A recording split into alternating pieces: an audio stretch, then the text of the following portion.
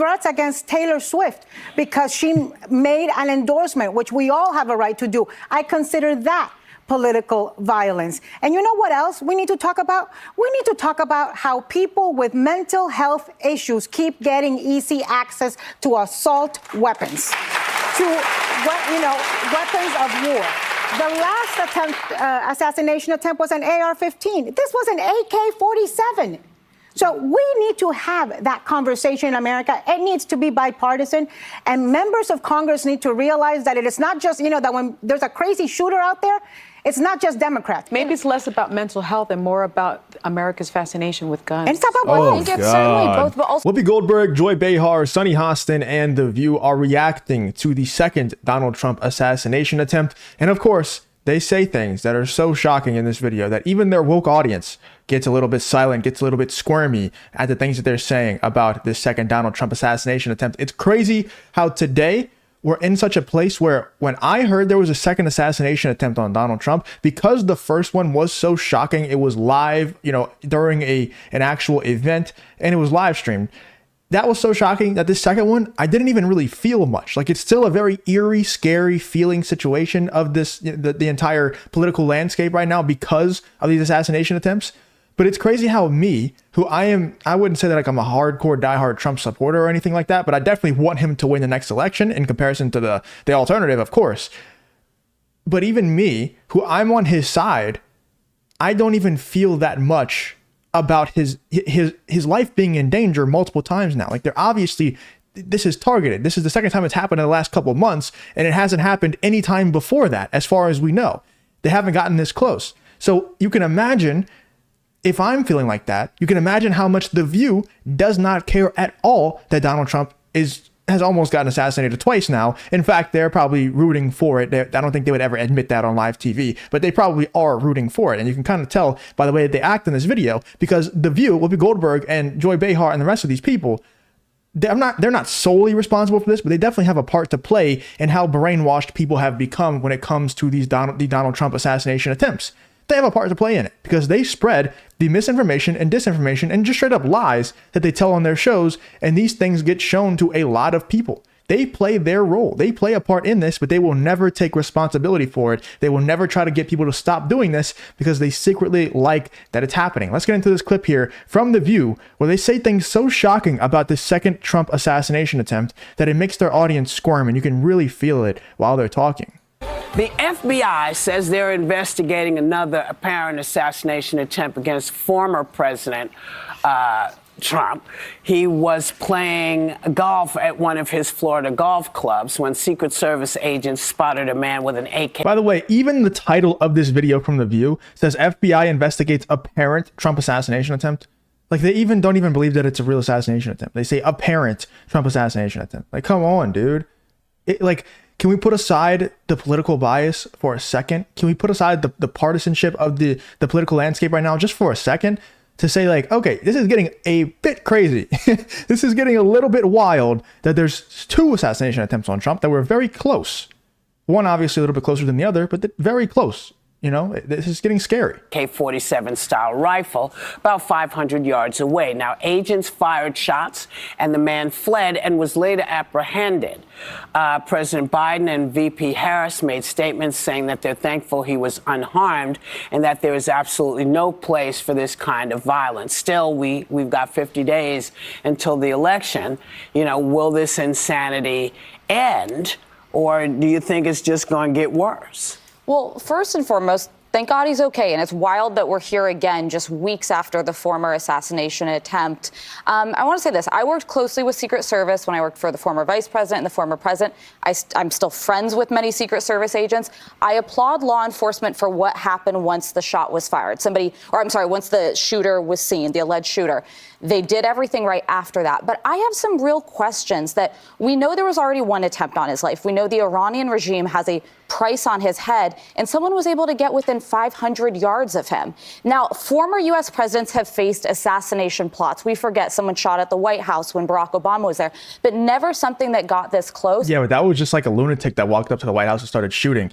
This is craziness that's happening right here. And this is probably the most reasonable person on the panel, although she's not reasonable at all. She's supposed to be like the token conservative, but she's not conservative on any of her viewpoints at all. She just agrees with what Whoopi Goldberg and the rest of the View have to say.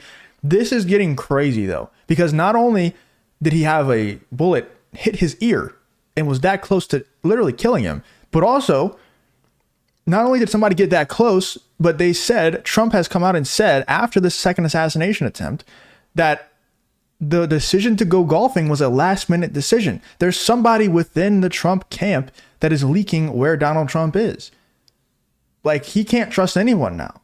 This is getting absolutely crazy. And to me, let me know in the comments if you agree or disagree with this, but The View is bringing up the Iran thing and how they have a price on Trump's head. I think personally, that's kind of like a misdirection campaign. I don't think this is people from Iran trying to assassinate Trump. Obviously, they probably would if they could, but I don't think that's what's happening here. I don't want to get too deep into it. I don't know if this is 100% for sure facts, and we have to obviously watch what we say a little bit. But I got somebody who messaged me this morning. Shout out to you if you're watching this, Matt. He told me that the person who was trying to assassinate Trump was actually in a BlackRock commercial. So, you know, it's just, like I said, can't get too deep into it, but I don't think this is an Iran situation to me. And I think there needs to be a true law enforcement post-mortem of what can better be done. And I know some of this is where he chooses to be, but then he needs to not do that, because our country cannot have former, potentially future leaders that are targeted in this way. And I think there are a lot of questions that have to be answered. They need to be capable of securing him better, so it's not just a stone's throw, and history could be very different than it is today. I would agree with that. You know, it was shocking to me that it was 500 yards. And I thought that it was an important thing that they noticed the barrel of a gun through a fence 500 yards away. So in that respect, they were doing their jobs, right, in that respect.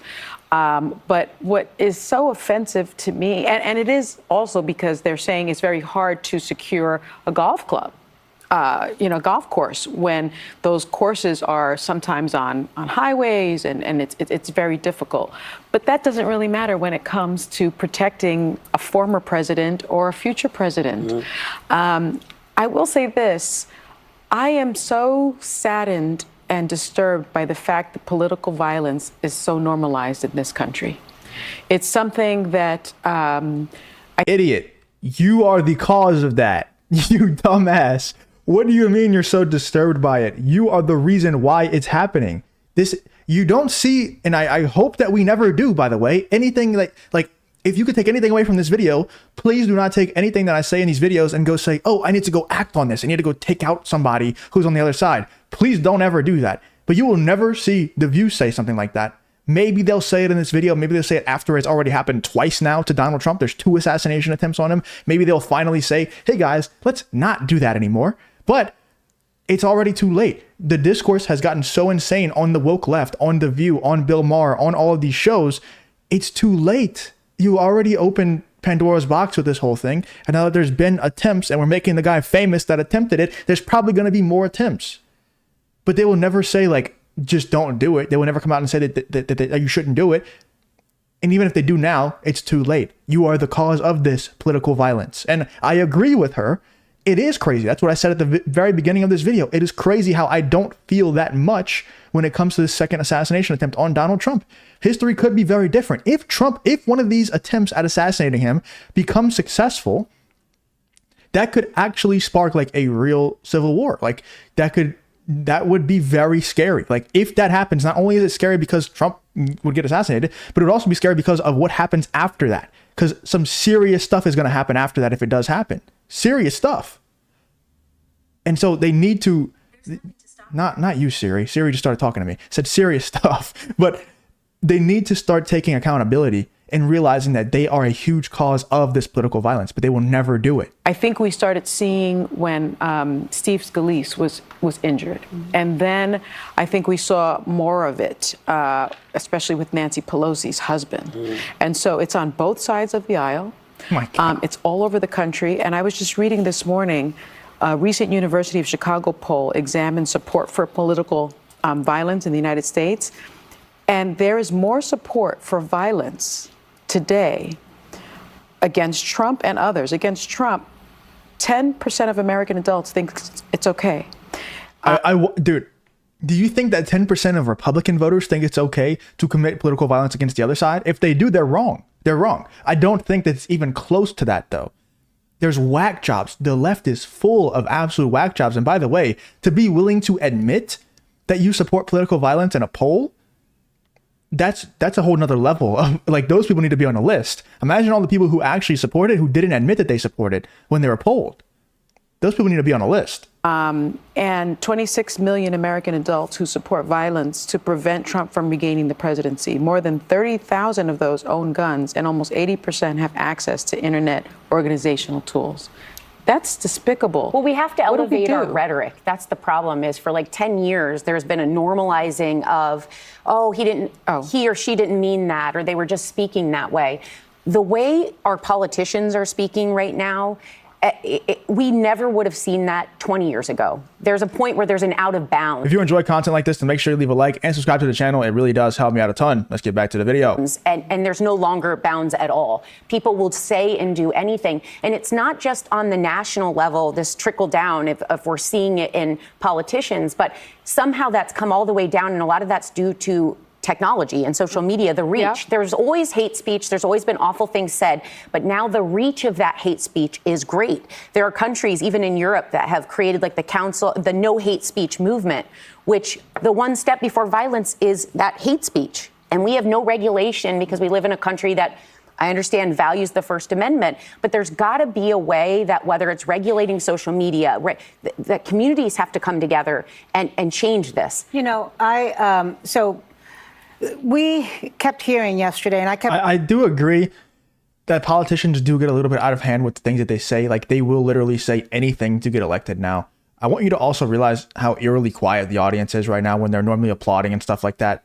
Just pointing that out there. But I will say politicians on both sides say things that I know for a fact they will never be able to do. Number one, that's very common. I mean, especially with the left, they just straight up lie to their voter base every single election and treat them like absolute idiots. And then they continue to vote for them. So maybe, like I said before, maybe they're right. Maybe they are just absolute idiots. They always lie, but also they say very inflammatory things on both sides that they definitely play their part in the political violence that is happening today and becoming normalized. But who plays a much larger part in all of this, and once again, never taken accountability, are shows like The View, who just straight up lie about the candidates that they don't like and lie in favor of the candidates they do like, and just polarize the entire base much more than it was before. And, you know, maybe you could also say the same thing about me. Maybe you could just spin it around and say, oh, you told XYZ lie, because lies are so like subjective nowadays. But it's really not. Like, the truth is there's one truth and only one truth. There's no my truth. The truth is the truth. And The View spins the truth, bends the truth, and straight up lies over and over again. And if you see, like, maybe, like I said, you could say the same thing about me, I guess, from the perspective of The View, because they've brainwashed themselves into believing what they're saying is the truth. But look at who is committing the political violence and who is not. I don't think many people, and if you're watching this, do not ever do it. I don't think many people that watch me have committed political violence. I think that a lot of people who watch The View, or a lot of people who have committed violence, political violence, have probably watched The View or agree with The View at some point in time. I kept reading yesterday, elected officials on both sides of the aisle tweet out, in America, there is no room, there is no space for political violence. And, you know, we condemn political violence. We condemn it no matter who it's perpetrated on or attempted on. But what America do these folks live in that they think there's no space for political violence when Gabby Giffords, the congresswoman from Arizona, got shot in the head at an event in her district, when the congressional baseball team got shot at, when Nancy Pelosi's husband got his skull bashed in with a hammer from a political enemy, when we had January 6th. I think that was a bit extreme, right? Like, unless maybe I don't remember it correctly. Did her husband die from that attack? I don't remember him dying, but if you get your skull bashed in, I'm pretty sure you die. But I don't know. Maybe I'm misremembering. People raided and stormed the Capitol when, you know, we've had now 2 different attempts on Donald Trump. By the way, the only political violence that was committed at the Capitol was against the people who were peacefully, whatever. You already know what I'm going to say. I don't need to say it again. So this is the America that we live in, and political violence is very much a part of it. Let me tell you, bomb threats in Springfield, I consider that political violence. That is. Threats against Taylor Swift because she made an endorsement, which we all have a right to do. I consider that political violence. And you know what else we need to talk about? We need to talk about how people with mental health issues keep getting easy access to assault weapons, to weapons of war. The last assassination attempt was an AR-15. This was an AK-47.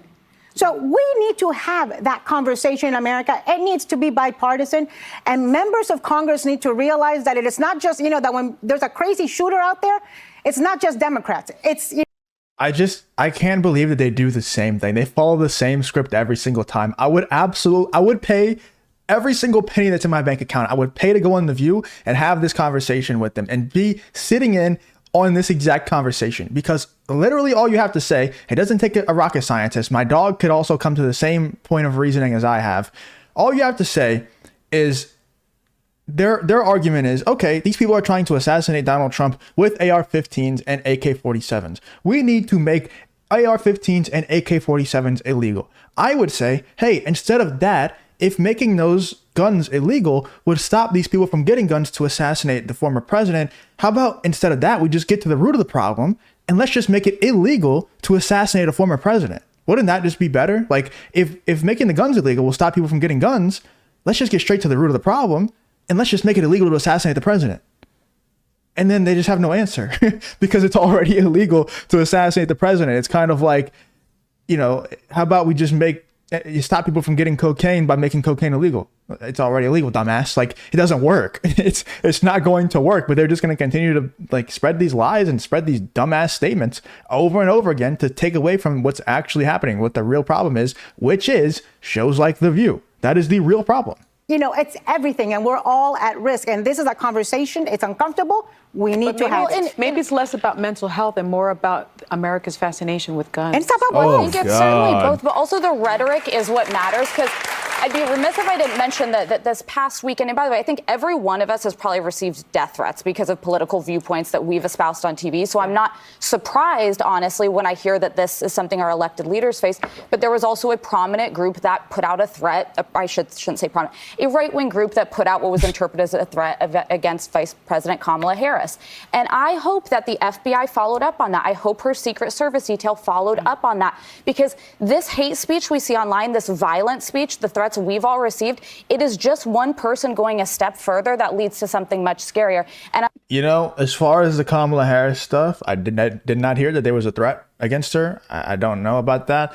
I hope nothing happens to her. I would put money on nothing happening to her and nobody attempting anything, against her, because it's normally not coming from that side. But I don't want to say things like that and jinx it. I really do hope that she, stays safe, and I hope nothing happens to her.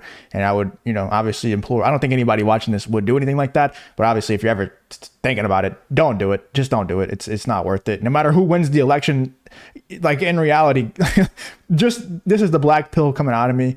Even if Trump wins this next election, he only has 4 years. So even if he is the savior of the country, it doesn't really matter. It's only 4 years, and then somebody else is going to get elected. So even if you do commit the thing and you're successful at being the lunatic of taking somebody out like that, you're only going to save 4 years. So it doesn't really matter. At the end of the day, it doesn't matter. It's a bigger problem than just who the president is in the country that needs to be solved. Let me know in the comments what you think about The View's thoughts on the second assassination attempt on Donald Trump. Absolutely wild that they bring this back to the gun control problem. I can't even begin to understand it. Let me know in the comments what you think about what Whoopi Goldberg, Sunny Hostin, and the rest of The View had to say about Donald Trump's second assassination attempt.